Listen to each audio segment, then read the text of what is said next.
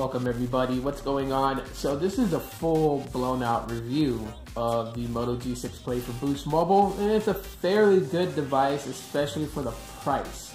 Now there are some ups and downs about this phone, but again, I'm talking price wise here.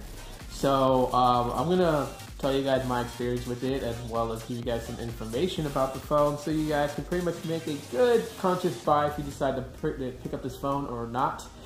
Before I go any further, more interesting thing was the fact that I went to a Boost Mobile shop to see if they had any cases from On The Go, and because I really like those, you know, the BTAC case that I got for the E4 Plus and for the LG X Charge, and surprisingly they did not know about this phone. So I mean, that just tells you like how fairly new this phone is out there.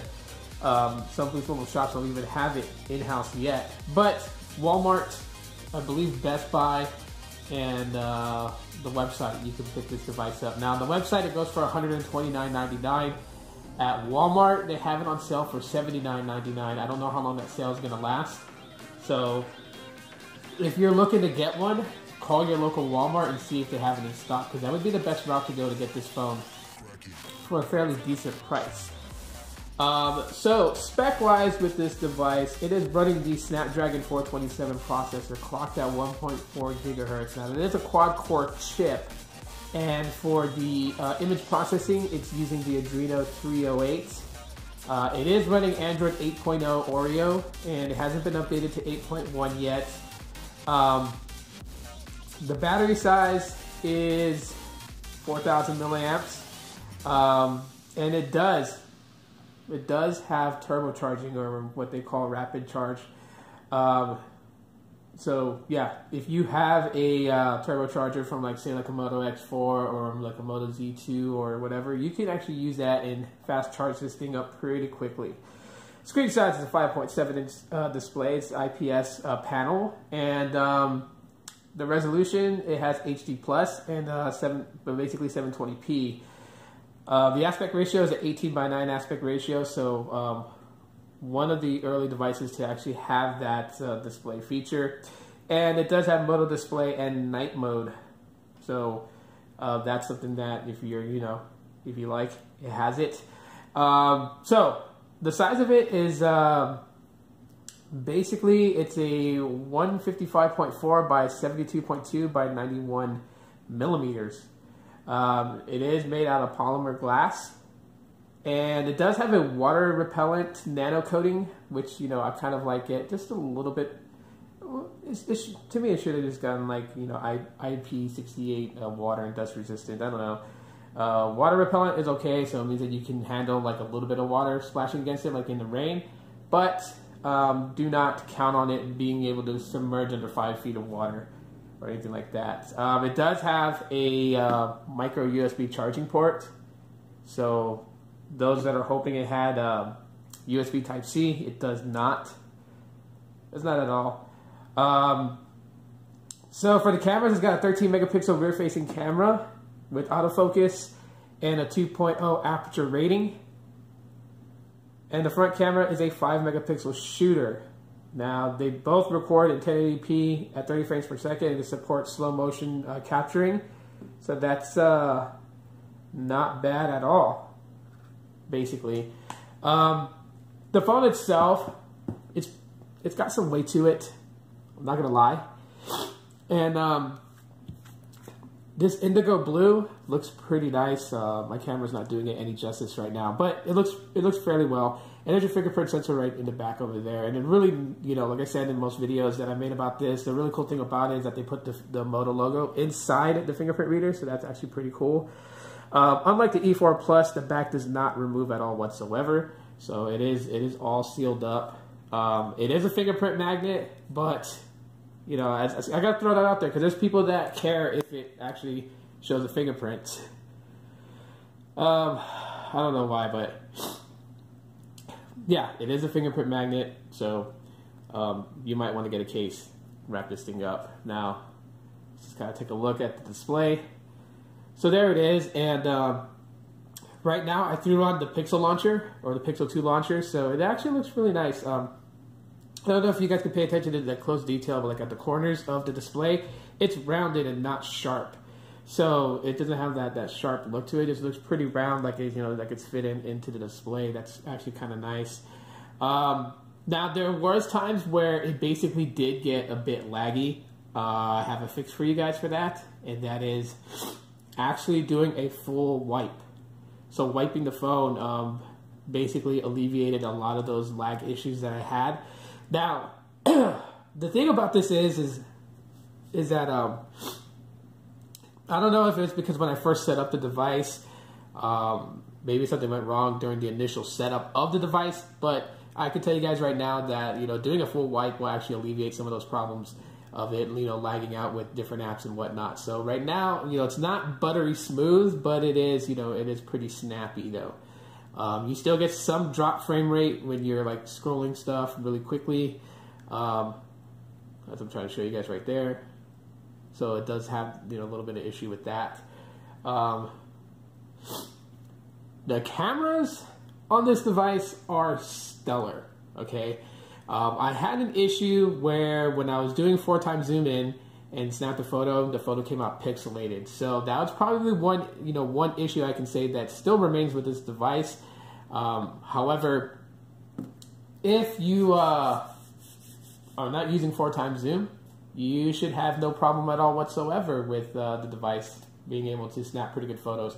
As when it's doing what it needs to do, the pictures come out pretty solid, and it's really, really good. It's amazing how the photos come out from this device. Almost comparable to my Moto X4 and how it does with basically pictures and things like that. So that's something that I can say that, is a hit or miss. It just depends. That 4x zoom could actually kill off your photo, than what it would actually be if you, didn't have, 4x zoom in. So anyhow, a few things that, I gotta say about this device. I'm gonna really kind of focus on, the body build of the device. Because, yes, it has this glass back, but it does not have wireless charging. So if you're looking for this phone to be something that you could just place on a wireless charging pad, you're not gonna get that with this, because it does not have NFC. So there's no tap to pay, there's no wireless charging for this device, and the glass back panel is just basically for a more premium aesthetic look, and I think that's what they were going for with this device, which is not bad at all. I just kind of wish that, with the sides they would have done a metal rail rather than plastic. The sides over here is like a plastic gloss that is to match the polymer glass on the back, just to kind of give it like a, an all glass look. The speakers on this device is fairly well. As a matter of fact, I'll play you guys a demo here. Let me just find a, let's see.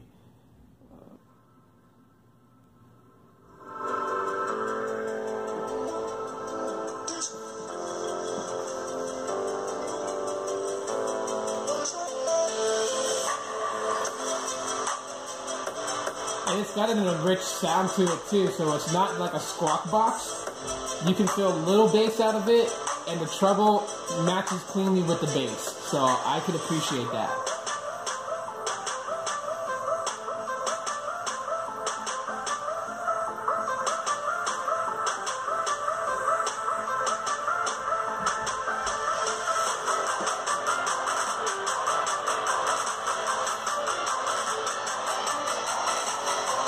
And then for video, when you turn it,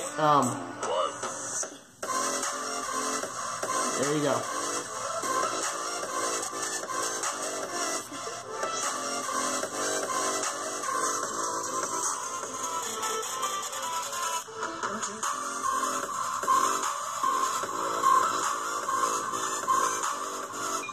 And if you were to go back to like the home screen, you got the floating video widget. So that's a nice touch too if you want to multitask and be in different apps. So that's the audio quality of it. A couple of things that you can do. I mean, you do have Dolby audio, so you know if you plug in some headphones, you should get some more enriched, deeper quality sounds. So you have like an on-device equalizer for your music play and everything else. You can always toggle it on and off. Now with the Moto app, one thing that I did not see was that, you know, with like Moto Actions, you know, you got quick screenshot, 3 fingers down, takes a screenshot. I'm gonna turn that on. Chop twice for flashlight, twist for a quick camera, and then you can shrink the display, so it makes it more easier if you're just using one-handed mode, and then flip to not disturb, pick up to stop ringing.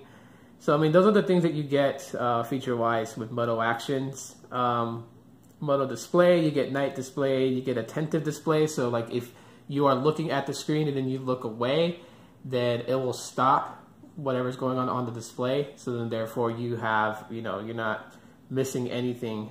And then you have the actual Moto Display, which shows like your clock and everything from the lock screen, and also notifications at a glance.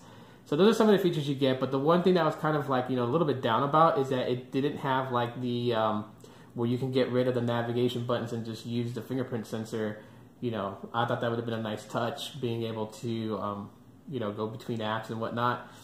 So that's something that I felt that, you know, could have been on here that would have made it just slightly, you know, a little bit better experience, but they did not add that in. So you don't get the one button navigation. That's kind of sad.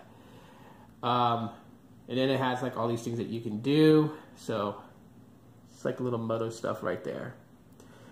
The 4,000 milliamp hour battery pretty much will get you through a whole entire day. I will tell you guys that.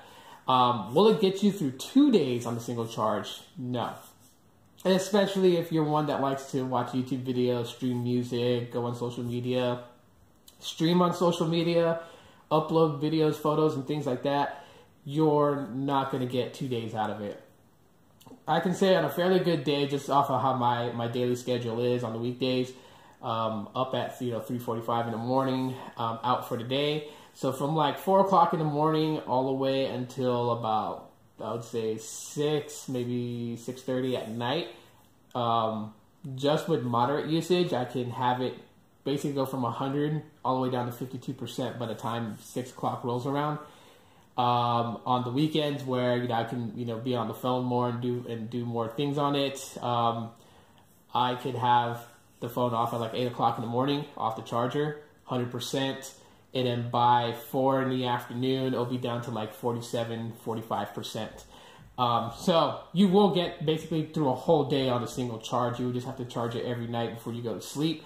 It does support turbocharging, but with Boost Mobile, you don't get the turbocharging brick in the box. So that's the downside to it. And some people will question it, like, you know, why would they give us something that supports turbocharging and not give us a turbocharger? And obviously, you know, Motorola wants to make money, so you could buy the turbocharger separately through their website. Now, there was someone who stated that in the UK they get turbocharging with it, but that's in the UK, that's not here in the US. So yeah, that's kind of sad that, you know, UK people get the turbocharging brick with it. But obviously they're, you know, it's not the Boost Mobile variant, so that's unfortunate for us Boost Mobile users. Now, as far as connecting to the network, there has been slight issues going on with me connecting to the network, and I noticed a difference between this and the Moto E4 Plus and how it can establish a connection with the Sprint network. Now, one thing that I'm thinking that's going on, because some of my other devices are kind of acting a little bit weird, and that's just because here in, you know, in Phoenix, they're going to roll out 5G, and obviously, when messing with the towers, some towers are going down just so that they can upgrade them to support 5G and basically upgrade the MIMO and make it to where, you know, your data network speeds are going to get just a bit faster. So obviously, I'm going through that right now, kind of suffering some issues with it, but nothing that I'm going to go and just drop the carrier, because I love the plan that I'm on, and Boost has always been they've been pretty good for me. So that's like the only things that I really notice. And once they are done doing these necessary upgrades in my city, then I will actually see how well it performs network-wise. So right now, you know, it's not giving me the best. I want to say download speeds, I am getting about 22 megabits per second. Upload speeds, I'm getting about 15 to 19 megabits per second. So that's not as good as I was getting it before, but obviously network upgrades. So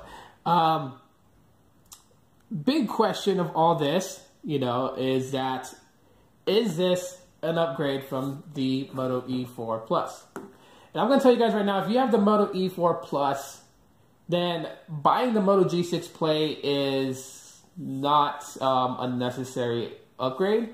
So there's not really any reason for you to spend your money to get the G6 Play unless all you really care about is a new body design, a new screen display size. Other than that, they perform the same. And even at times, the Moto E4 Plus has performed better than the Moto G6 Play. So it's not really much of an upgrade from the E4 Plus. Now, if you're running something that's 2 years old, maybe you're running the J3 2016 version, or maybe you're running the Stylo 1 or the Stylo 2, then yes, this would be a considerable upgrade from those devices. So with that being said, I mean, because I know there's two variants of this phone. This one is the 16 gigabyte internal storage model and the 2 gigabytes of RAM version. So there is another one out there that I believe has more internal storage, but it does have 3 gigabytes of RAM. So yeah, that's something that you might want to look into. All in all, with this device, though, I gotta say that I'm quite happy with it. I really am. With some of the bugs that I found in it that could easily be corrected with a software update. That's the thing about it with Android devices, that you find one, it may have a couple of bugs on it that may have you scratching your head like, oh, I don't know if this device is for me. And I was that way when I first was using this phone, but then I thought to myself, the software update is going to fix a lot of these issues that is being found. If people report these issues to Motorola, which I've been reporting everything to Motorola, so and that's just with the 4x zoom issue with the camera, and then the lag I actually fixed myself. The lag was just basically just have to factory reset everything. And then this device also suffers the non-adoptable storage, which means that, and I'm not saying that it doesn't have it, it does have adoptable storage for you to use an SD card with it. But what I mean by that is that if you do use adoptable storage, there are some slight bugs that's going to happen. And I'm pretty sure it's probably my SD card because of the type of SD card it is. I know it's a class 10, which I know there are a lot more stronger SD cards that have a higher rate of writability. And so maybe I need one of those. But the one I'm using right now, which is a class 10 Samsung SD card, it holds fairly well, but then I noticed that with adoptable storage actually being on and active and using that SD card, it does kind of give it some slight issues. So I just run it basically as it is, with the SD card being in portable format rather than adoptable, and it's working just fine too as well. So anyways, that's it for this video, guys. It's pretty long, I know, but I just kind of want to give you guys just my thoughts and the experiences that I've had with this phone. And I'm going to continue to make more videos of the Moto G6 Play. I'm actually currently working on the comparison between this and the E4 Plus to really break down the differences between the two and how similar they are, in case you're looking to upgrade. So if there's any other questions you guys may have that I may not have covered in this video, please feel free to ask them in the comment section and I will reply back to them. And stay tuned for more videos based on the Moto G6 Play. But until then, thanks for checking out my review of the Moto G6 Play for Boost Mobile. If you just subscribed, I really appreciate that. Hit that bell option to know when I upload a video. Drop a like if you guys enjoyed this video and the things I had to say about it. And until next time, everybody, aloha.